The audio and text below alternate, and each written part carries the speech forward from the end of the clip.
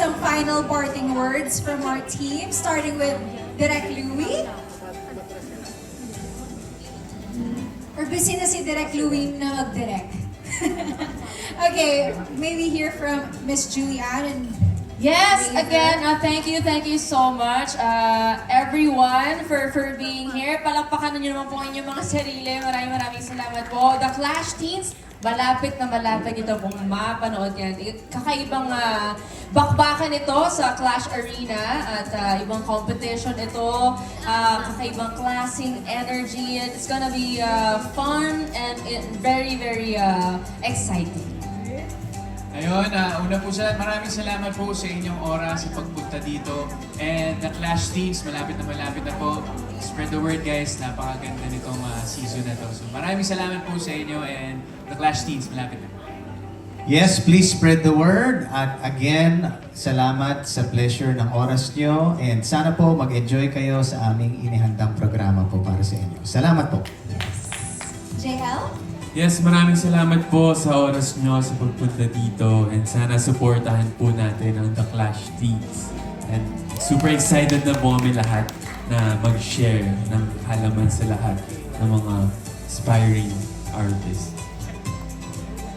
Yes, thank you po to all of you for making the time.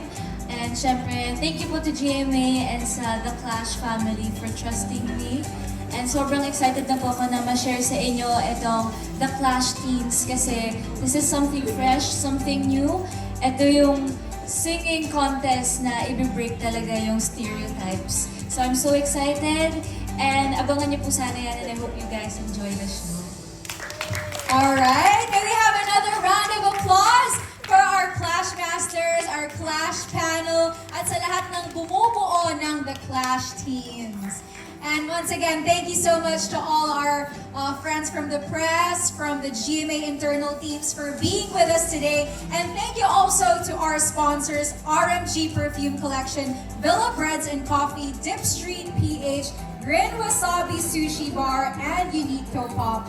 Years ago, I myself stood sa Clash Arena, nervous, hopeful, and just holding on to the microphone as if it could carry every dream I had. And I stand here now hosting this, and it feels like a full circle moment.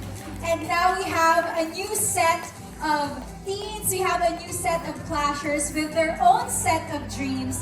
And maybe years from now, they will look back at this chapter in their lives with the same gratitude that I feel now. Kaya don't miss the world premiere of The Clash Teens this June 7 at 7:15 p.m. on GMA at abangan din ang digital reality show ng The Clash na Behind the Clash starting May 27 every Wednesday, Thursday, and Friday at 5:10 p.m. on the Kapuso stream. This has been your host and your former Clasher, Thea Ashley. Enjoy the rest of your day, mga Kapuso. Thank you, guys. Thank you, Thea. Yes, guys.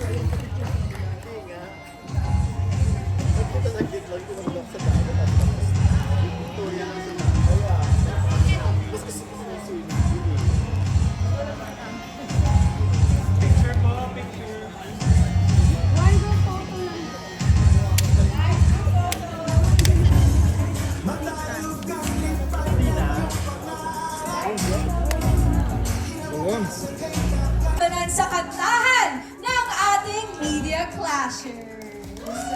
Let's go! Take it away, Julie Mer! Thank you so much, Thea! Wow, good afternoon! Good afternoon, everyone! Clash Nation! At sa lahat, of course, sa mga nandito sa ating MediaCon. And good day to you, Clash Master Ray. Kamusta? Nakakain ba tayong lahat? Kasi for sure magiging entertaining ang ating afternoon for this year's Clash, the Clash battle, no? Ray. Yes, ako excited na. Excited ka na, Clash Master Julie? Kasi alam mo, last year, parang ginawa na rin natin to eh. Pero parang, syempre, bigyan natin ng treat ang ating friends. Yes, kasi alam mo kung bakit.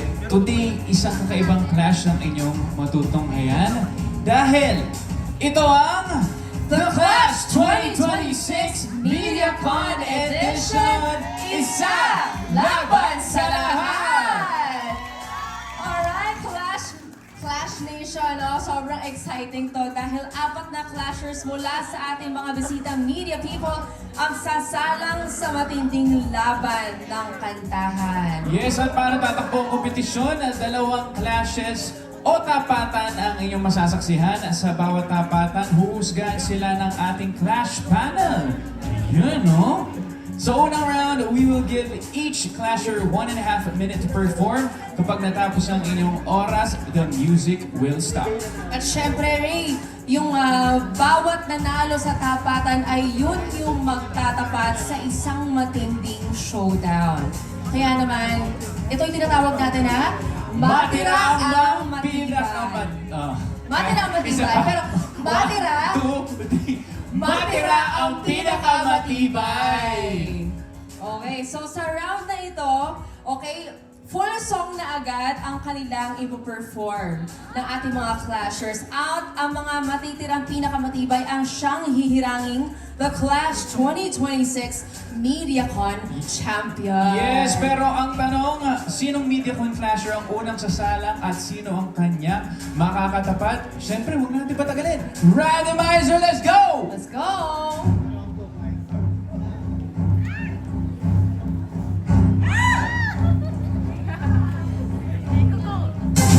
Hoy! Neil Serrano! Neil! Saan si Neil? Neil! Halika dito, Neil! Uy, Ikaw ang napili ng ating randomizer. Ikaw ang unang sasalang. Ready ka na ba? Ninenervyos daw siya. Anong feeling? Kasi syempre, bihira tong mangyari, di ba? Nakaka-nervyos. Pero Ay, kilala parang ano nung nakatayo siya kanina, handang-handa na si Neil eh. Oo nga, parang handa na sa bakbakan eh, no? handa. O wag na natin patagalin pa, alamin na natin kung sino ang kakalabanin mo. Sino sa ating mga clashers for today ang gusto mong kalabanin? DJ Yoko Chan. DJ Yoko Chan! Please join us here. Alright. So kayong dalawa ang unang maghaharap.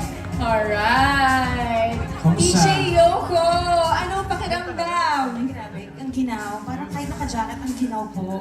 Diba? Giginawin ba kami sa performance mo? Hindi ko siya. Sure. Alright, wag na natin patagalin pa. Simulan natin ang laban. Ito ang MediaCon Clash MediaCon Edition.